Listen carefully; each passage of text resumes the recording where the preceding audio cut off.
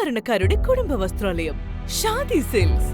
ഇനി കൂടുതൽ സൗകര്യങ്ങളോടെ മികച്ച കളക്ഷനും വിശാലമായ പാർക്കിങ്ങും. ഷാദി സിൽക്സ്, ബസ് സ്റ്റാൻഡിന് എതിർവശം, കൊണ്ടോട്ടി. കുടിവെള്ള പദ്ധതി നമ്മുടെ പഞ്ചായത്തിൽ നടപ്പിലാക്കാൻ വേണ്ടി 2020 ഉള്ള സർക്കാരിൻ്റെ ആ സർവേ പ്രകാരം 5043 വീടുകളാണ് നമുക്ക് കണക്ഷൻ കൊടുക്കാനുണ്ടായിരുന്നത്. അതിൽ നിലവിലെ ചീക്കോട് കുടിവെള്ള പദ്ധതി നിന്ന് 541 വീടുകൾക്ക് നമുക്ക് കുടിവെള്ളം കൊടുക്കാൻ സാധിച്ചിട്ടുണ്ട്. അതിൽ ബാക്കി വരുന്ന വീടുകളാണ് ഇപ്പോൾ എല്ലാ വീടുകളും, അതായത് ഏകദേശം 5043 എന്ന് പറയുന്ന കണക്കിലുള്ള വീടുകൾക്ക് ഈ കുടിവെള്ളം എത്തിക്കാൻ സാധിച്ചത്.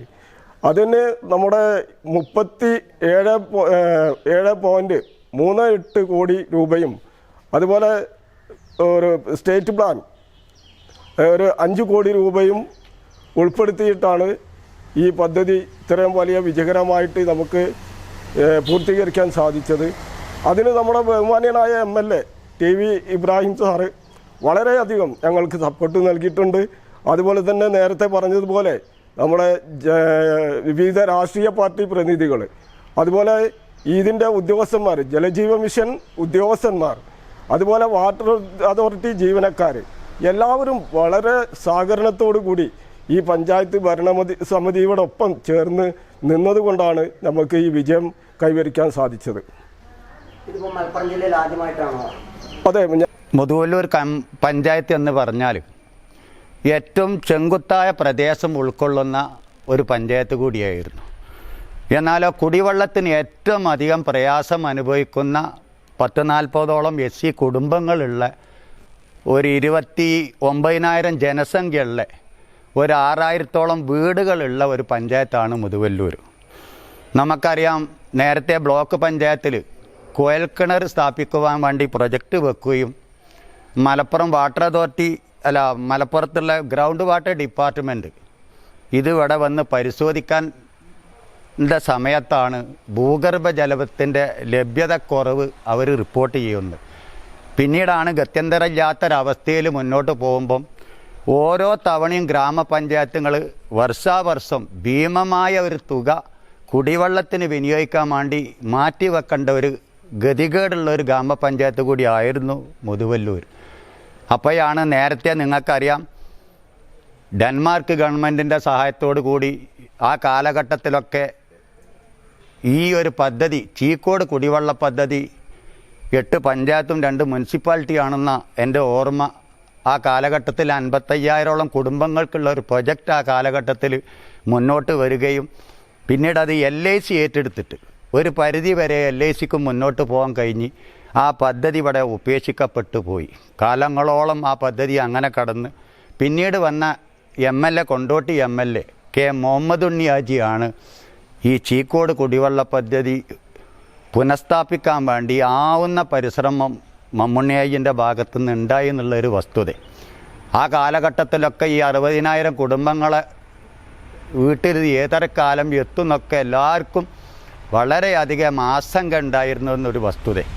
പിന്നീട് വന്ന നമ്മുടെ നിയമസഭാ സാമാജികൻ TV ഇബ്രാഹിം സാഹിബ്, നിങ്ങൾക്കറിയാം, അന്ന് 10 പഞ്ചായത്തിൻ്റെ വിതരണ ശൃംഖല നിറഞ്ഞ് തുളുമ്പി നിൽക്കുന്ന ഒരു സാഹചര്യത്തിലാണ് TV ഇബ്രാഹിം സാഹിബ് നമ്മുടെ നിയമസഭാ സാമാജികനായിട്ട് ഇവിടെ വരുന്നത്. MLAനെ സംബന്ധിച്ചിടത്തോളം 8 പഞ്ചായത്താണ് ഈ നിയോജകമണ്ഡലത്തിലുള്ളത്. ഗത്യന്തരമില്ലാത്ത അവസ്ഥയിൽ ഈ ഗുണഭോക്താക്കൾക്കൊക്കെ എങ്ങനെ ഈ കുടിവെള്ളം എത്തിക്കുമെന്നുള്ള വളരെ പ്രയാസത്തിൽ സംസ്ഥാന സർക്കാരുകളെ നിരന്തരം ബന്ധപ്പെട്ട് സ്റ്റേറ്റ് പ്ലാനിൽ 40ഓളം കോടി രൂപ ആദ്യം തന്നെ ഭരണാനുമതി കിട്ടിയെന്ന് പറയുമ്പോൾ ഞങ്ങളെ സംബന്ധിച്ചിടത്തോളം ഏറ്റവും വലിയൊരു സന്തോഷത്തിൻ്റെ ദിനരാത്രങ്ങളായിരുന്നു ആ കടന്നുപോയത്. പിന്നീടാണ് ഗത്യന്തരമില്ലാത്ത അവസ്ഥയിൽ ഈ കുടിവെള്ളത്തിന് പ്രയാസപ്പെട്ട ജനതനെ കാണുമ്പം പൊതുരംഗത്ത് പ്രവർത്തിക്കുന്നവർക്ക് വളരെയധികം പ്രയാസമുണ്ടായിരുന്നു.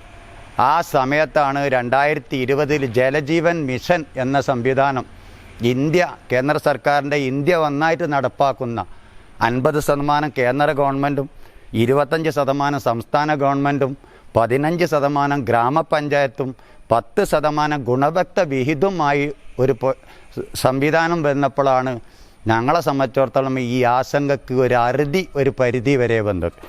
ഈ ഗ്രാമപഞ്ചായത്തിൻ്റെ ഭരണസമിതിയെ സംബന്ധിച്ചിടത്തോളം കൊല്ലം വർഷാവർഷം അനേകം പൈസകൾ കുടിവെള്ളത്തിന് ചിലവാക്കിയിട്ടും അവരെ ദൈനംദിന കാര്യത്തിന് വീടുകളിൽ 4 ബക്കറ്റോ 5 ബക്കറ്റോ വെള്ളം കിട്ടിയിട്ട് കൃത്യമായിട്ടത് ഉപയോഗിക്കാൻ പറ്റാത്ത ഏറ്റവും വലിയ പ്രയാസം അനുഭവിക്കുന്ന ഈ ജനതയ്ക്ക് ഇന്ന് നമ്മളെ അവസ്ഥ എന്ന് പറഞ്ഞാൽ, നാളെ നിങ്ങൾക്കറിയാം സംസ്ഥാന ജലവിഭവ മന്ത്രി തന്നെ ഈ നാടിന് 100% വീട്ടിലും കുടിവെള്ളം എത്തിച്ച് എന്നുള്ള ഒരു അർഗർ ജൽ പ്രഖ്യാപനമാണ് നാളെ വെള്ളിയാഴ്ച 10 മണിക്ക് മുണ്ടക്കുളത്ത് നടക്കുന്നത്.